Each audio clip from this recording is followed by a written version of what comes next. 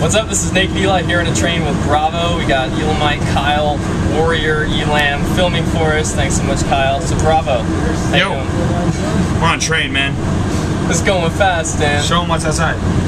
Yeah. We got graffiti, the freshest. We're on our way Welcome from to LA. Anaheim to LA. Kyle, you should put yourself in there too. Let's get a little unique here.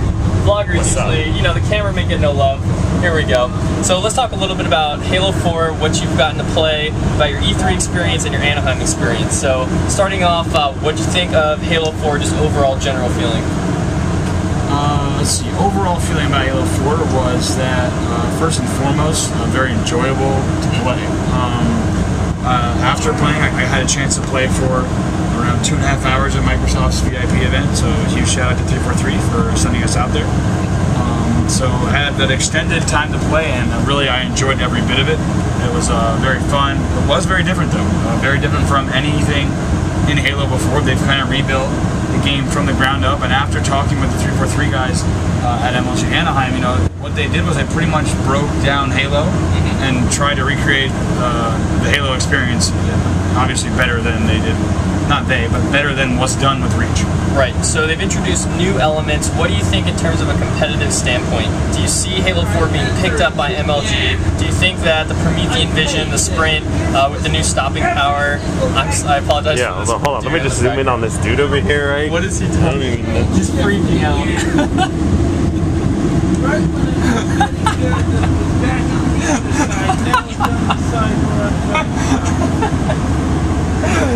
Okay, let me just throw out that this guy is by himself and he took one of the tables in the train, and that seriously pisses me the fuck off. It's really funny. Where were we? E3, Halo 4. Do you think it can be competitive? I don't know if we can go on after that. Alright, let me just throw out these Halo shirts real fast. Oh, true that. Yeah. So this is the HBO Halo 4 shirt. This ring will make us brothers. Did I say Halo 4? I meant Halo 3. This is the Arbiter-in-Chief. Arbiter should be back. We haven't heard anything about him. And this is halo.budget.org. And what's this called? High Charity. Right, the Foreigner. I don't know. I don't know. Yeah. You guys don't know anything about the Let me just throw out that the train's really bumpy too, by the way. This is the Halo 4 shirt. Show it off. It's got Halo 4 on it. Dude, UNSC symbol, BBC. Boom. What's on your side? More Halo 4 stuff? More Halo 4. Yeah, He's bro. lying. It's UNSC. This is not Halo 4 by any means. Just Halo 4 stuff. No big deal. Okay, it's a competitive play. Right. Potentially be competitive, first thing. Second thing, I want to see the out-of-the-box settings played competitively by all MLG and non-MLG players. I want that to be the standard. I want Halo Waypoint to throw a tournament. I want a lot of things, but I think out-of-the-box could happen. There's so many variables, so many factors that I don't know how they'll fit in. Promethean vision, ordnance drops, all that stuff will be interesting to see how they fit in. Sprint default, but 343 did say that everything can be turned off. That wasn't discussed really at E3, but at MLG we found out that everything can be turned off. Now I'm not saying I want to turn everything off. I'd rather play, if it was up to me, we'd be playing regular settings and tournaments. Right, the more your average casual or just everyday player can pick up this game from Walmart or whatever, GameStop, and just automatically get on and play in a competitive ranked system, that is going to expand the competitive community much more than if we had to make our custom maps with custom settings, different mechanics, sort of what we had to do with Reach, right? We had to remove the bloom, we had to remove the sprint, we had to make our own maps. It was very gray, and I enjoy the settings personally. I think they're phenomenal, but it's sort of like Shadowrun, that if you can't appeal to a larger audience, you're never going to grow that. Let me throw something in on that too. Kyle, yeah, what do you have to say about Shadowrun? Dude. Alright, so, I mean, we travel to a lot of tournaments. Even as a non-competitor, you still travel, compete, even play a lot. For example, this weekend, for example, at E3, for example, anywhere you go, you don't always have the internet access. We're playing versions of Breach at, Turtle Beach booth this past weekend, where, we're running around, and I don't even know the map settings, and it's all, adjustable. Everything is just completely different than the competitive aspect of it. It's impossible to deal with. That's when you bring up the out-of-the-box settings are so important, and I feel like that's one of the things that made Halo so great, is you pick it up out of the box, it's great. Not having to go through and adjust it and just completely changed the entire game to make it fun and competitive. Can I ask you a quick question? Playing on the the Halo 4 settings, that's literally out of the box what we're seeing for the beta. Did you find it competitive? Because I competed against a bunch of casuals. I almost got like a perfection on my first game through. Like, it was awesome and I had a lot of fun wrecking noobs, but I know over time I wanted to be fair, balanced, competitive for everyone involved. How was it playing with the pros? Did you feel that the Promethean vision was overpowered? Did you like the ordnance drop system, or do you think that caused people to stat? What were your just general feelings competitive-wise?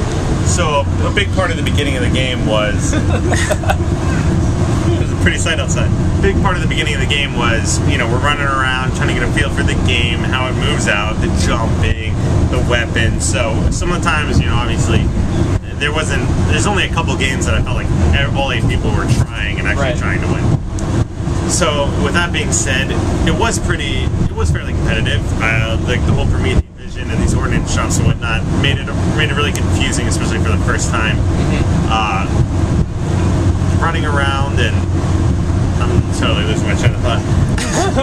But like competitive wise, yeah, it was fun. But like the whole Promethean vision thing, you know, I was tapping that thing non-stop. Right. I always knew where the guys were. Like when I started to actually, when we were really trying, you know, you can just. They made a note about trying to speed up the game. I want the game to be faster. With Promethean Vision, you can slow down the game so much with that it could be completely unbelievable. You could play like a 45, 50-minute game even when you're just trying to get to like 600 points. Which also I was wondering, so the score being to 600 points for some of the settings we're playing, you get points for distractions and all that stuff. That adds up to your total to win the game. Yeah, which is interesting because I think overall those are really, we talked about it earlier, but those are teamwork-based things, like an assist, a distraction, you know, whatever, a kill, whatever you do. Those, even headshots. You can't get those really by having no idea what you're doing. You know what I mean? You have to be teamwork-oriented. So I think in a very unique way that type of game mode could fit into competitive play. I'm really curious, actually, how large of an impact it will have. Like, if you know you need one more kill to end the game, if you have an assist plus a headshot, then would you like leave a guy one shot for your teammate to run around the corner and clean up the kill? Right. That's nothing we haven't seen in any other Halo. Even if you're doing that, if you're running around and like the distraction medal, I'm getting 20 points for distraction, or it was 5 or I think I got it a couple times. You know, like I'm saying, a stalemate game, somebody runs through and there's a distraction. Does the game end? No, a distraction can only be because of a kill. Only because of a kill. Right, you distracted someone else while a kill was Well, you get points for a bunch of other things too as well, though. So what it means is that not all kills are equal. Yeah, well, I mean, let's say, one kill, you know, it's 50 points to the game ends. You're like, okay, 5 deaths, but that 5 deaths turns into 1 death. Right, because someone got a distraction, another guy got an assist, and we don't know, there might be multipliers. Maybe if it's a headshot versus a body shot, so right? It's 20 plus a 5 if it's a 5, that's 30 points. Whoa, what about multi-kills also? Double kills, triple kills, overkills add points also. I did have a triple when we were playing in one of the games. It's like plus 20, right? It might have been, actually. Right. So it's going to be even more. It used to just be in, like, you used to say don't let him really close up, Bravo. Used to just say don't let him. Yeah. It used to be that you wouldn't let people get the overkill just for like satisfaction or clipping the clip, and now it's going to be like don't let them get the triple and don't let them get the over because they're going to get a ton of extra points. And that talks about how well you can slow down the game.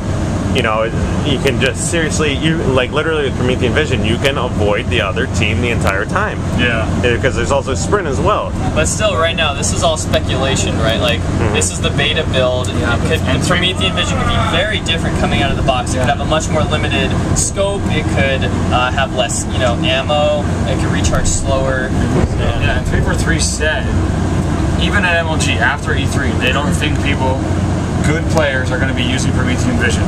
Every MLG Pro says otherwise. Yeah, let me throw that out there too, that Promethean Vision, although, I've been complaining and like hitting on a hard competitive aspect wise, but it is an awesome thing.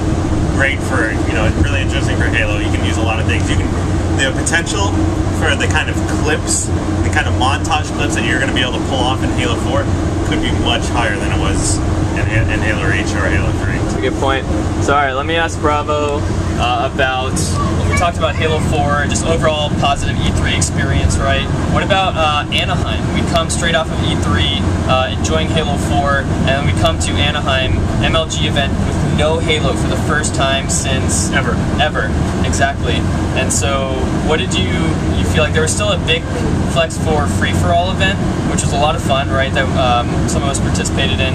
But other than that, the entire event was StarCraft, League of Legends, fighting games. Do you think that MLG should bring Halo back to Raleigh? Do you think Reach should just, not be competitive anymore, and we should wait for Halo 4? And just what was your experience at Anaheim without Halo? Yeah, there's downtown LA. Yeah, let's go ahead and get serious? We're here, quick shot. Wait, is this the Carl Jr. by the airport? I don't know. I think it is. My friend parked his car there and I had to pick it up recently. Okay, so so that was a lot of questions, but basically talk about What do you think should happen between now and Halo 4? exactly. Yes. Well, my first thought obviously was that I wanted Reach at Raleigh, not only as a commentator but just as a fan of Halo. I felt it should be there. I think that there should be a Halo presence at Raleigh. I wonder how many people are going to want to see Halo Reach at that point in time in August, with November 6th being Halo 4's drop. But I think overall that MLG should pick up Halo. I don't know the economics of it all and how much money is spent, gained, or lost while adding games. I can tell you that for the fighting games, I'm a huge fighting game fan and I love everyone in the community, but there was about 5 people watching those games. On the main stage, more than 5 people, but maybe 40 on the main stage and a few chairs, a very small section, about quarter the size of what Halo's was at Columbus probably, or maybe a third. And but obviously I don't know who's funding that and everything, but I'd like to see. I think Halo Reach at Raleigh wouldn't be a bad idea. I think it would give a platform for Halo to be played. Halo Reach not the best platform for competitive play, but I'd overall like. But it's not a terrible game though. Right. It's like as long as many people that don't like it, it's not a horrible game. Columbus was incredibly exciting to watch. I don't know about you guys. I love watching the stream. I wish I could have been there. I really enjoy the new V7 settings. And there's some people who are like, I don't care if you take out Bloom or Sprint, it's still Reach. But I disagree. Like the new movement speed, it feels different. It feels like Halo. And I would love to see it return a dog walking from a competitive aspect. What is this? I just saw a dog walking. Let me just throw this out right here. This is like an artificial river, and it is gross as shit. I saw a dog. Yeah, there was a dog walking around in it. Reminds me of where I used to row. This Coca-Cola water. But anyway, so what about Anaheim? Just the overall environment without Halo. How did it feel to you? It's a weird vibe. Kyle will comment on this too. Hopefully. I have a lot to say about that. It was very different. I mean, I'm used to, I work also in StarCraft, and it's very, So you are an avid StarCraft fan, so I feel like a lot of these opinions... I wouldn't say avid. I mean, I know all the players and I watch games, but the only games I watched were 2 Flash games. Okay. So, yeah, one note I wanted to put out, when you're listening to people's opinions, any kind of personalities, Eli, Rob, or even myself, you should keep in mind and kind of an understanding for how people feel about the game so that you know where they're coming from and all their opinions and perspectives. Right on. Disclaimer. Right. Completely agreed. Yeah, no, I enjoy StarCraft as an esport, but I just didn't watch many games. Overall, I mean, StarCraft can be a climactic game, huge, tons of people cheering, amazing casters. League of Legends the same, but overall it was very different inside. It was, I don't know. It was my first MLG event, so I had nothing to compare it to, but I just heard that the energy was very different, right? Yeah, it's exactly. Like, something I want to throw in on that. I didn't have anything to do this weekend. I was just here enjoying myself. I watch more I watch more StarCraft when I'm playing Halo, walking through the event, checking out the main stage, than I did when I had nothing to do, because sitting down there, I just wasn't excited. It wasn't the same atmosphere. The atmosphere is just so different. I'm glad I came to this event. It was continues 6 years of attending every single MLG event there's been. So, but with that being said, you know what? Honestly, it just wasn't as fun. I don't think, just wasn't nearly as fun. And that I'm trying to base that decision on, not relating to I wasn't signing autographs or I wasn't talking to tons of people. No, not all that aside. We still had fun even playing in our little Big Four free for all and playing some Halo 1 and all that stuff. The atmosphere is different. The community, the crowd, Halo people, I feel like they're not the most energetic, back in the day, Smash players, it was always great having Smash around. I didn't play it myself, but those guys were insane. It was such a small group, but they competed, that small little tight-knit community competed with the huge numbers of everyone else. And with that being said, I think just the Halo crowd, the noise, everything about it, made MLG a lot more entertaining. Yeah, here you go. I think I saw Gandhi tweeting that console FPS players just bring a certain like shocking energy to the system of MLG. So talking to Dr. Pepper Rob, he said, you know, there haven't been like as many kids running around, teenagers causing trouble, but at the same time, like that can also be exciting and fun, and it brings a new level of energy.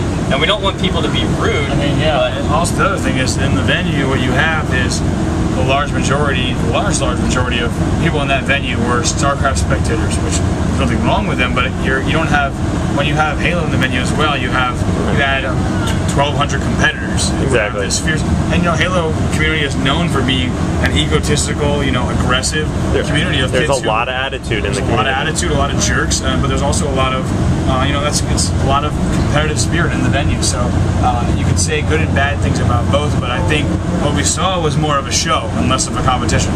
Yeah, exactly. I mean, people, when you watch a reality TV show, you don't watch it for a bunch of nice, polite people. You watch it for the drama and the attitude and the entertainment factor, and I think a lot of that was missing this weekend. Yeah, true. Jersey Shore. I think there's like there's hard and soft levels of trash talking and competitive spirit, like you said. And I think when you have soundproof booths for both games, there's no trash talking. That's true. Well, no, there's typing. There's typing, right. And there's dancing by the units and stuff like that. There's different kinds, but I mean, also in the fighting game community, I think there's a little bit of trash talk. Oh, the trash talk. Yeah, I do enjoy watching that. Gaming just has like rude people, so they trash talk. Right. Which, yeah, some people just took it too far to an extreme. So I think, hopefully, from this experience, I don't know where we are. I don't know where we are yet. Let's ask this guy. Is this Los Angeles? Yeah, Union Station. Yeah, cool. Oh wow, I guess we're getting up. Last thing I want to throw in is Fast. watching the competitive gamers, the fighters. It is. I don't think I could sit next to my opponent right next to him and play against him. Hurry! Oh my god, we're going. All right, this is Nak3d Eli signing out. Thanks so much for watching. Peace. Thank you guys for coming on.